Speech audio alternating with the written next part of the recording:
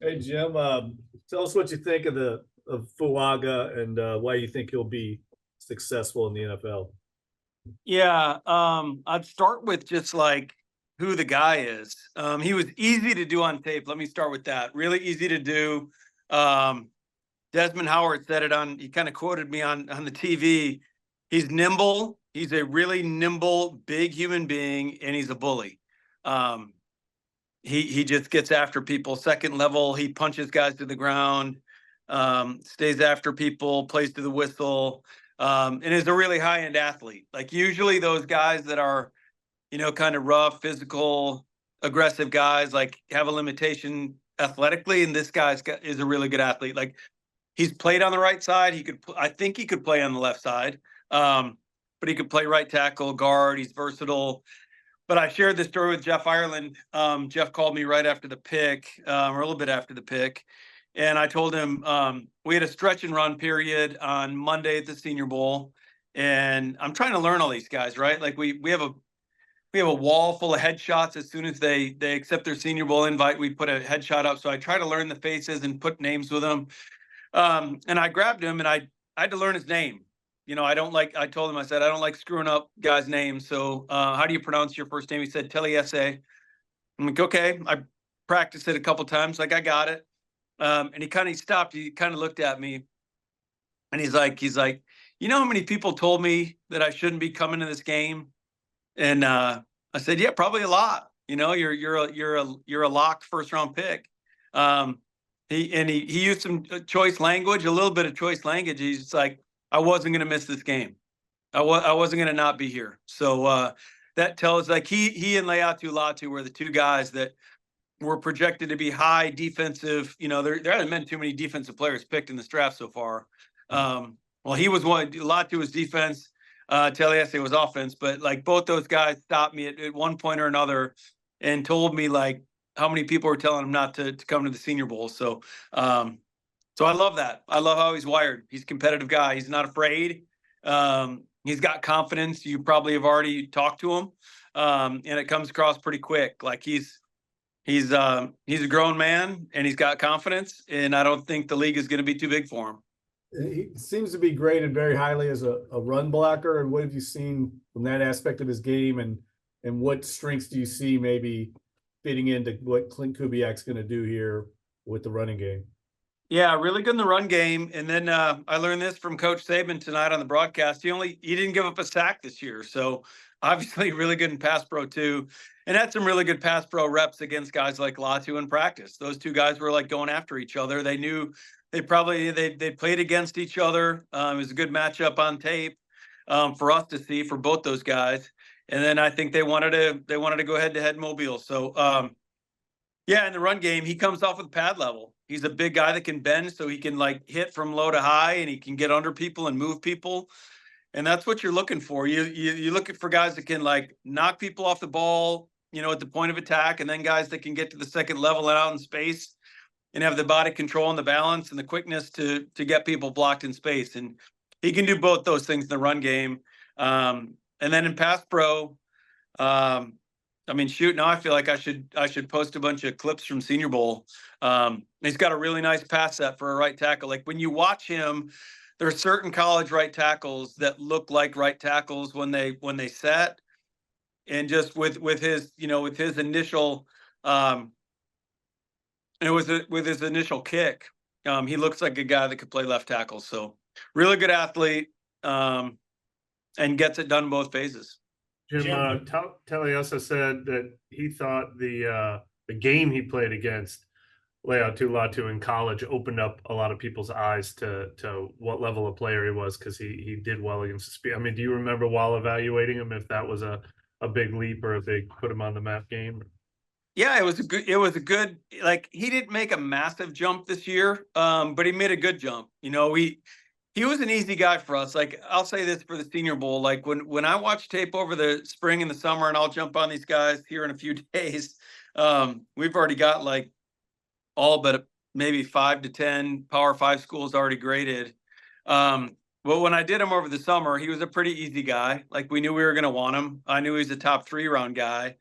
And then, yeah, that was kind of a benchmark game. He knew he was playing against another great player. So, and that was the thing out, you know, there was good players out there. Braylon Trice was a good rusher. Latu was a good rusher. I mean, there were Brennan Jackson at Washington State was a good rusher. The Pac-12 had some good guys out there this year. So, but yeah, that was certainly a game. But he made a nice jump this year. And that, like, the buzz started to build kind of early in the year. If like you pay attention to the draft stuff, we started to hype him up pretty good early in the season.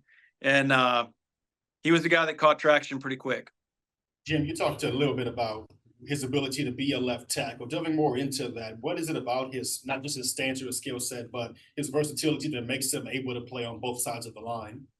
Yeah, like I said, I mean, the league's changed when I got in the, you know, when I started scouting, well, I don't want to date myself, a long time ago.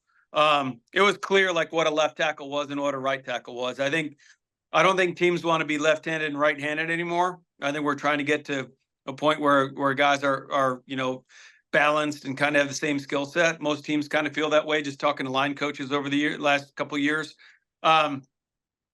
You know, but usually right tackles are a little more upright. They don't bend as well.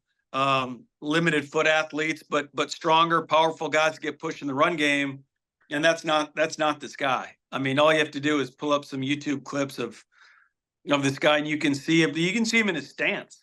I mean, frankly, like you can see this guy in his stance and the power angles he comes off with, and then just the agility he comes off with at the second level and keeps a wide base. And you know, he can recover. I mean, those are things a lot of right tackles can't do. So, like again, everyone on the call probably knows the Saints line situation better than I do. I haven't studied their depth chart or anything, but I mean, they drafted a guy who's going to be a day one starter. I mean, slam dunk. So I think he's going to be a Pro Bowl level player. I think that's why you take a guy up there as high as they did.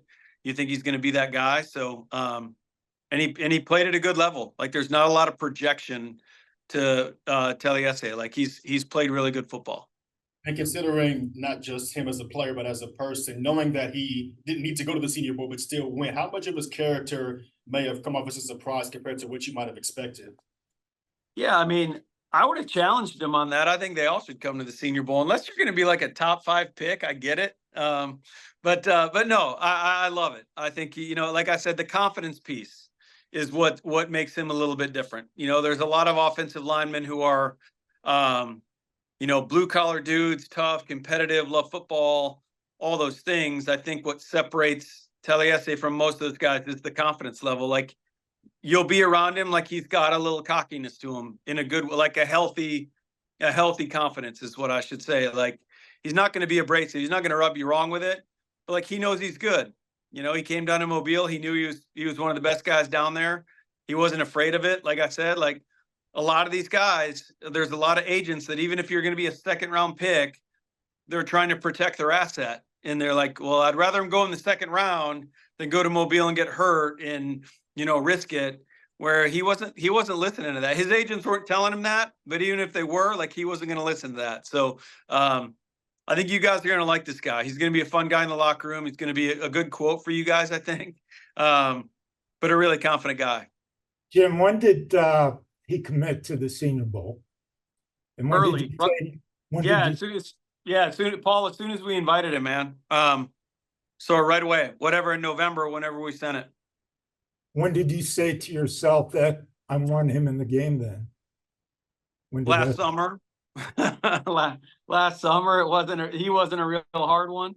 Yeah, no, he was a really good player. I didn't have to watch a ton this fall, but when I did, I saw the growth. You know, I saw the growth in him. So, yeah, I mean, there's a handful of guys every year.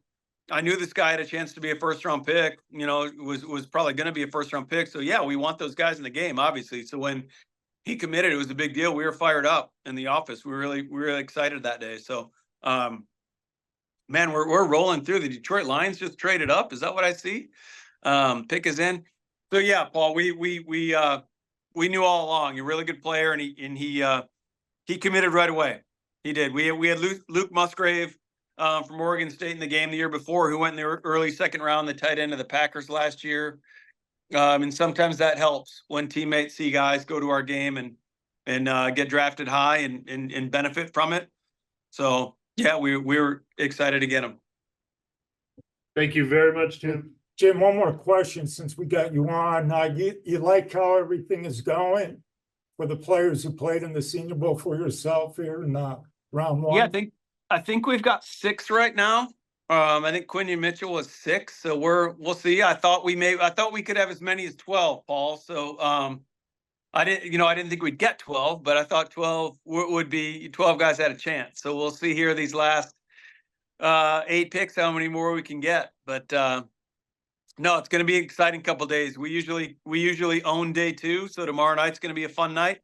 But yeah, just happy for all these guys. I mean, this is really cool. Latu's a guy that was medically disqualified at Washington. He just went 15th overall. Quinion Mitchell's the guy that, played at Toledo and just went 22nd overall. So, and a guy like Taliese, who a year ago at this time wasn't a first-round draft pick. So it's a lot of fun. It's fun watching these guys realize their dreams. Hey, Jim, all the years you've been in this business, do you remember no defenders going in the top 10 before? I mean, have you ever seen a draft like that? I don't. No, I don't. Obviously we can all go back and Google that, but I don't remember it. Yeah, really unique year. I said over the last couple of weeks, the teams that were good at quarterback, tackle, and wide receiver were the positions where we thought there was going to be some runs at. If you were square at all those spots, like you were going to have a good player fall to you. Like the Seahawks got Byron Murphy at 16. I mean, that guy's a top 10 player in this draft. I mean, the Eagles just got the first corner off the board at 22. So it's definitely a unique year with all these offensive players. Thanks for your time, Jim. Really appreciate it, man. Jim. Really. Thank you. Thank you, Yeah, Jim. thank you, guys. Appreciate Thanks, it. guys.